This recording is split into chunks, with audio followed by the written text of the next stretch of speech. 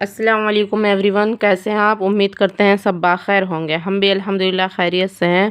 تو آج ہم سیکھیں گے سورہ کہف کی فضیلت۔ سورہ کہف پڑھنے سے ہمیں کیا کیا فائدے ملتے ہیں، سورہ کہف پڑھنے سے کن فتنوں سے ہم محفوظ ہوتے ہیں، اور سورہ کہف کب پڑھنی چاہیے۔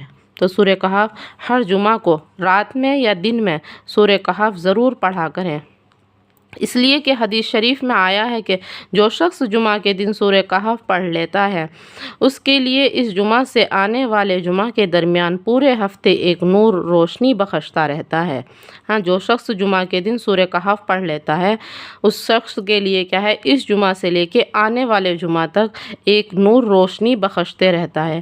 ایک اور حدیث میں آیا ہے کہ جو شخص جمعہ کی رات میں سورہ کہف پڑھ لیتا ہے، اس کے لیے اسی جگہ اور بیت العتیق خانہ کعبہ کے درمیان ایک نور روشنی بخشتا رہتا ہے۔ جو شخص جمعہ کی رات کو سورہ کہف پڑھتا ہے تو اس شخص کے لیے اسی جگہ بیت العتیق اور خانہ کعبہ کے درمیان ایک نور روشنی بخشتے رہتا ہے۔ ایک اور روایت میں ہے کہ جس شخص نے سورہ کہف جس طرح اتری ہے اسی طرح صحیح طریقے پر پڑھ لی تو اس کی جگہ اور مکہ کے درمیان وہ ایک ضیاءپاش نور بنی رہتی ہے۔ اور جو شخص جس شخص نے کیا ہے، سورہ کہف کو جس طرح وہ نازل ہوئے، جس طرح اتری ہے اسی طرح پڑھ لی، تو اس شخص کے لیے کیا ہے، مکہ کے درمیان، اس شخص کے اور مکہ کے درمیان کیا ہے، ایک ضیاءپاش نور بنی رہتی ہے۔ ایک ضیاءپاش نور کیا ہوتی ہے، بنی رہتی ہے۔ اور جو شخص اس کی آخری 10 آیتیں پڑھتا رہے گا اور دجال اس کی زندگی میں نمودار ہو گیا تو وہ اس شخص پر مسلط نہ ہو سکے گا۔ جو شخص اس کی آخری 10 آیتیں کیا ہے، پڑھتا رہے گا، سورہ کہف کی آخری 10 آیتیں پڑھتا رہے گا اور دجال اس کی زندگی میں نمودار ہوگا تو وہ اس شخص پر کیا ہے، مسلط نہیں ہو سکے گا، دجال کے فتنے سے محفوظ رہے گا۔ وہ شخص جو آخری 10 آیتیں پڑھتا رہے گا تو وہ دجال کے فتنے سے کیا رہے گا، محفوظ رہے گا۔ ایک روایت میں یہ الفاظ آئے ہیں کہ جو شخص سورہ کہف کو پڑھتا رہے گا اس کے لیے یہ سورت قیامت کے دن اس کی جگہ سے مکہ تک ایک ضیاءپاش نور ہوگی۔ جو شخص کیا ہے، جو شخص ان الفاظوں کو کیا ہے، پڑھتا رہے گا، سورہ کہف کو پڑھتا رہے گا تو یہ قیامت کے دن اس کی جگہ سے اور مکہ تک ایک ضیاءپاش نور ہوگی۔ اور جو شخص اس کی آخری 10 آیتیں ہمیشہ پڑھتا رہے گا، پھر اگر دجال اس کے زمانے میں نکل بھی آئے گا تو وہ اس کو کوئی ضرر نہ پہنچا سکے گا۔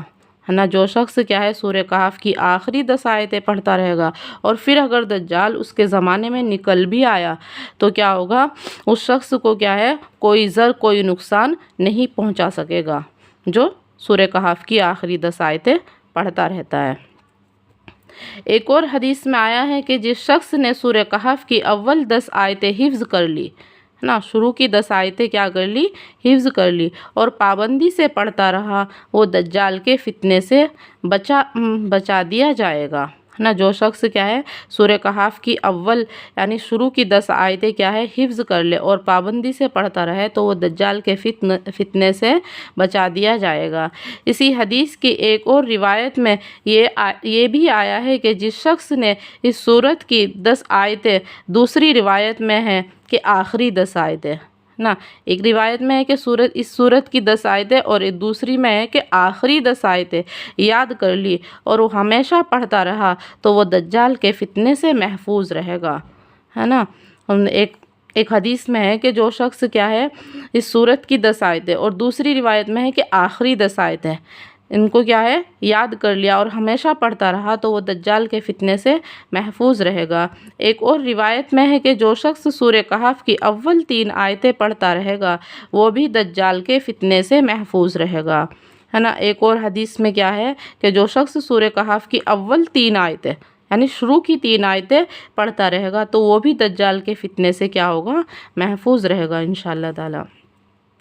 ایک اور حدیث میں آیا ہے کہ جو شخص دجال کو پالے، دجال اس کے سامنے نکل آئے، یعنی ایک حدیث میں کیا ہے، جو شخص دجال کو پالے یعنی دجال اس کے سامنے نکل آئے تو اس کو چاہیے کہ وہ سورہ کہف کی ابتدائی 10 آیتیں اس کے منہ پر پڑھ دے، ہے نا۔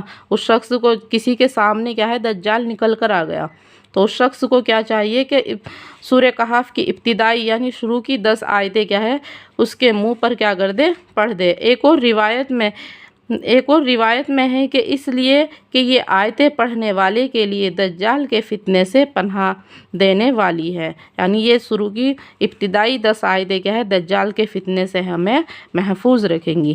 تو اللہ تعالی ہمیں کیا ہے، سورہ کہف کو ہر جمعہ پڑھنے والا بنائے، رات میں، دن میں، جس وقت بھی ہمیں ٹائم ملے اس وقت ہمیں کیا ہے، پڑھنے والا بنا دے۔ اللہ تعالی ہمیں قرآن سے محبت کرنے والا بنا دے، اس پر عمل کرنے والا بنا دے، اور اس کے ایک ایک لفظ پر عمل کرنے والا بنا دے، اس کے مطابق ہمیں اللہ تعالی زندگی گزارنے والا بنا دے۔